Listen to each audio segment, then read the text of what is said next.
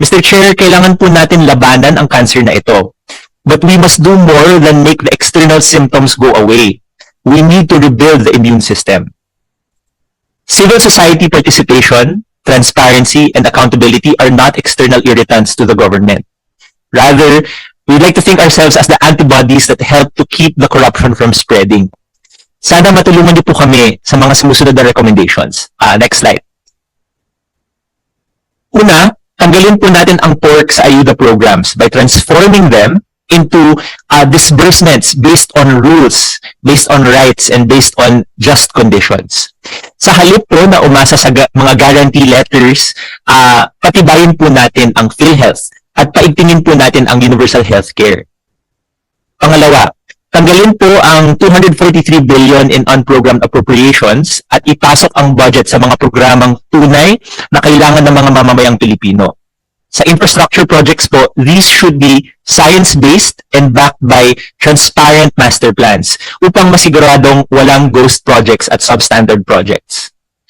Pangatlo, kailangan po natin siguraduhin may mananagot. The public has heard promises of reform before and has seen the same abuses return time and time again. So to regain the people's trust, corruption must have consequences. Hindi po pwede na free pass na lang.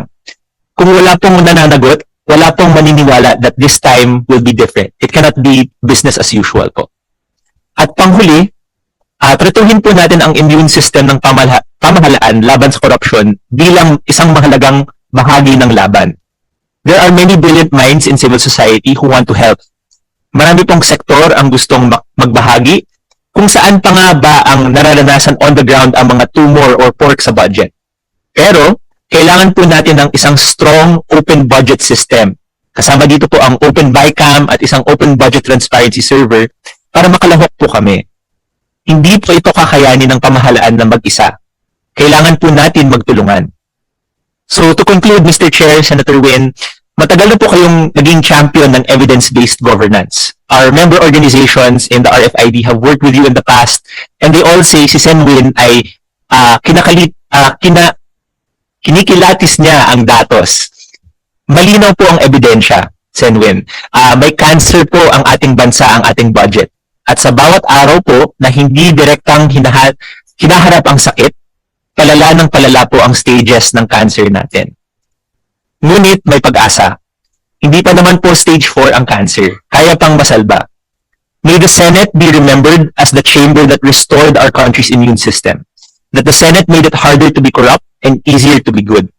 Let's go to the last slide. Today's hearing is a good step. Nabigyan po ang CSOs ng oras ngayon makapagsalita at sa halip na observers lang sa isang live stream. We have faith that by opening this process to collaboration and genuine partnership between government and civil society, that this will continue. With the Senate's leadership, we can restore the faith of the people in the budget process. Kasama niyo po kami, Sen Win. Handa po kaming tumulong sa Senado sa inyo at magsabi lang po kayo. Maraming salamat po.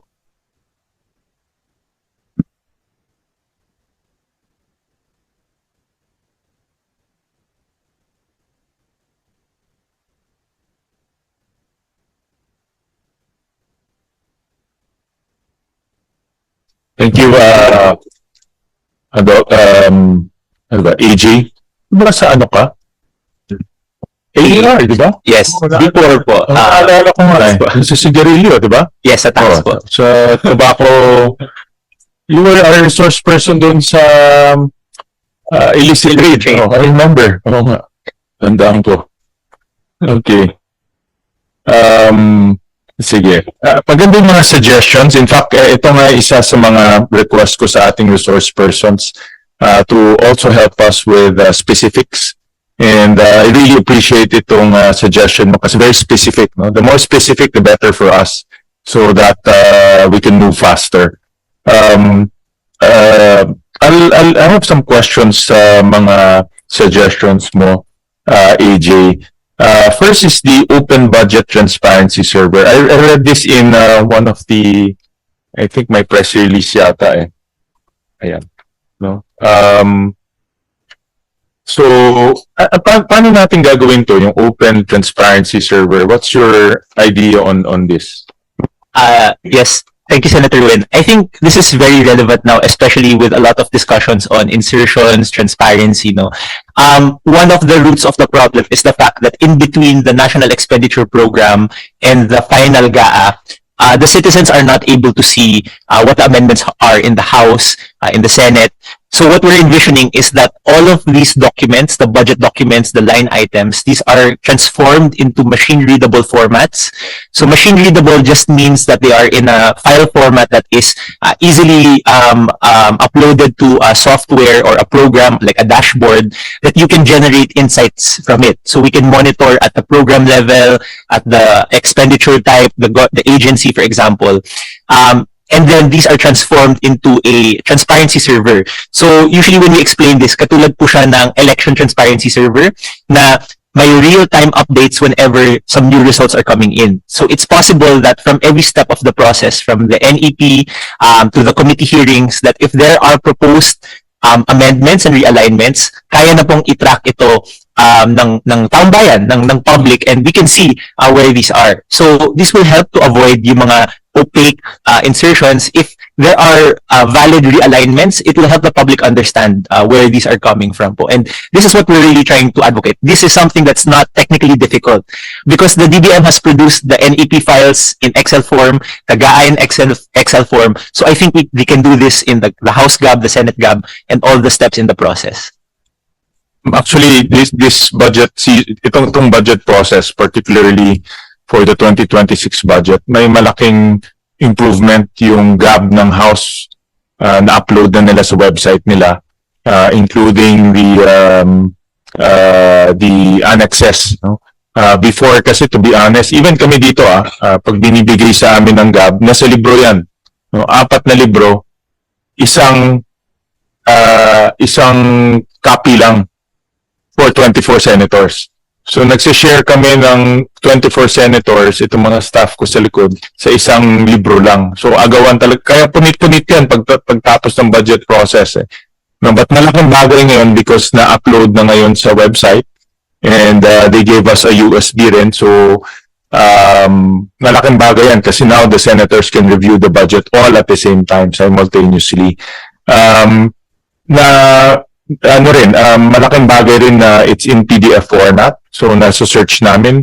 Dati kasi, pagbigay ng libro, i-scan pa namin. Pag-scan, i-convert pa namin sa optical character reader, tapos tsaka kami nag-search. Ganun kahirap before mag-analyze ng budget, but now, it's easier.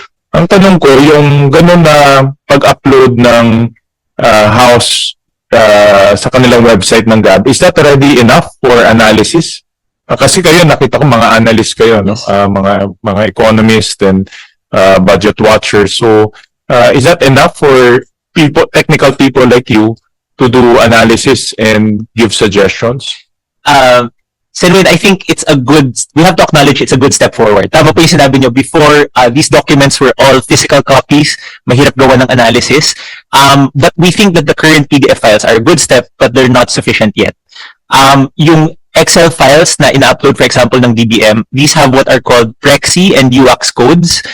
So these allow you to do analysis at a very granular level, down to what kind of object of expenditure there is.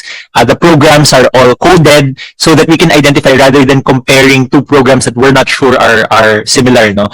So this will help you to also generate analytics, for example, sa performance.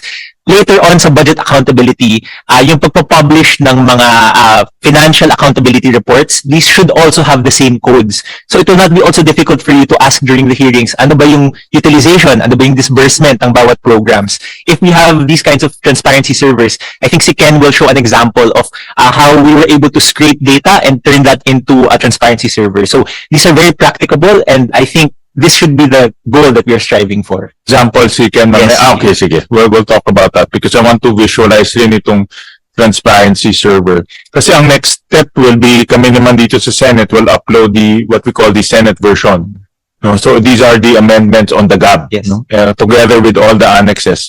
Mas marami lang kaming annex this time dahil we require the DPWH to publish the technical descriptions. No? So, pero admittedly, naka-PDF siya. So, hindi siya enough na PDF lang. Dapat Excel format siya. Is that tama ba yun? I'm not a IT guy, no? But kino-coach lang ako ng mga analyst din namin kung paano gawin mang madali. So, in your opinion, mas madaling pag Excel format Yes, siya. sir. Yes, sir. Oo. Better if Excel format po siya. And then, it contains yung mga, diba sa net meron ng Prexy code? Yes, may Prexy and UAX code po sa NET Oo. at sa GAA. Correct. So, kasama na rin yan doon sa Excel. Yes, it should be part of it. Okay. And then, dito sa recommendation number 1 in 256 na port and patronage, where do you suggest we can allocate this? Itong 256, I would assume pumunta to largely to yung mga paboritong programs, no, like MAIP, AX, TUPAD, what else? Ito pala.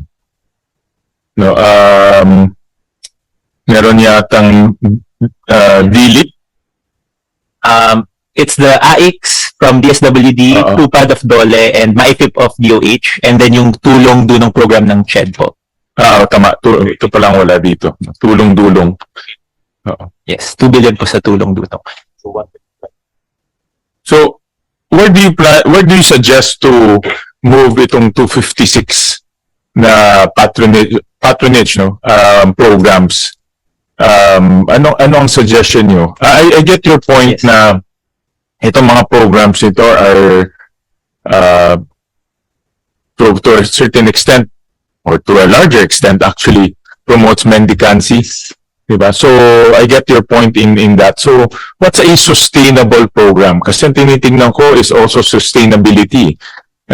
Meaning, hindi siya susceptible to the whims of Congress kung dadagdagan, babawasan. For example, in my opinion, the 4Ps is a good program, no, because it's sustainable in a sense that it looks at, for example, the number of poor families, the outcomes, diba, kung pumapasok yung bata, healthy yung mother. So, sustainable siya in that sense because it's pegged to a outcome, or certain outcome. So, in your opinion, itong 256, anong magandang paggamitan yan? No? Yes, thank you, Senator Win, for pointing this out. We agree. I think the reason that these programs are susceptible to being treated like pork is that to a large extent, the legislators have an exercise over how these are implemented. And as we said, no matter how well-meaning a lawmaker is, we understand that the lawmakers want to help the healthcare, the education. These programs are designed in such a way that they foster a system of patron-client relationships. Mga guarantee letters. So, nakadetermine siya based on sino yung kakilala na senator or congressman rather than a guarantee to the right to health and the right to education and the right to financial assistance. So what we are asking for is that we transform these programs and we think about them that in a way that they should be rights-based and rules-based. So tama po yung sinabi ninyo, Senator Win. The 4Ps is a very good example of a rights-based and rules-based program. Nakadefine po yung 4Ps kung sino po yung qualified to benefit from this, kung sino yung beneficiaries. Yung mga listahan po na ganito, this will also prevent yung mga ghost beneficiaries, no? This will prevent, for example, programs that go to people who are not necessarily qualified. At the same time, this will prevent the exclusion of people who are qualified, who should be qualified. For the healthcare system, we really should strengthen our universal healthcare law.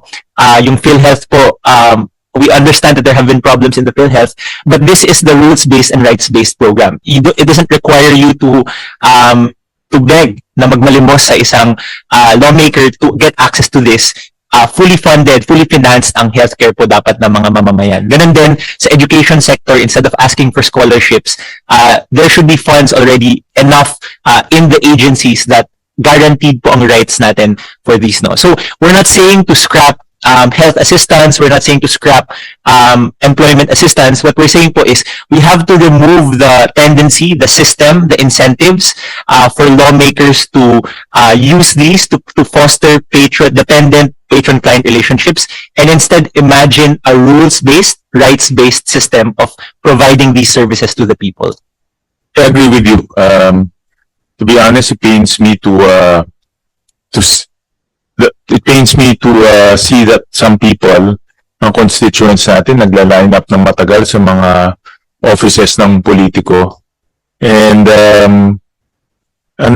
kasi yung politiko nagiging parang Diyos siya kung sino bibigyan o hindi bibigyan at magkano bibigay, no? So we're giving the power of life and death to the hands of the politician, no? Which is not the right thing to do, no? Kasi dapat the system helps our constituents, no?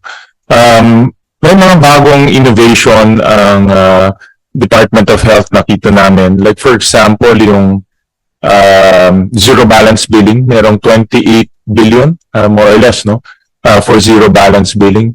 And then we restored yung PhilHealth subsidy. Magkano ba PhilHealth? 60 something, no? 53 po, plus 60 sa gap. So mga 50 to 60 billion. And then for me kasi the zero balance billing assures our constituents, pag pumunta sila sa DOH, wala silang babayaran.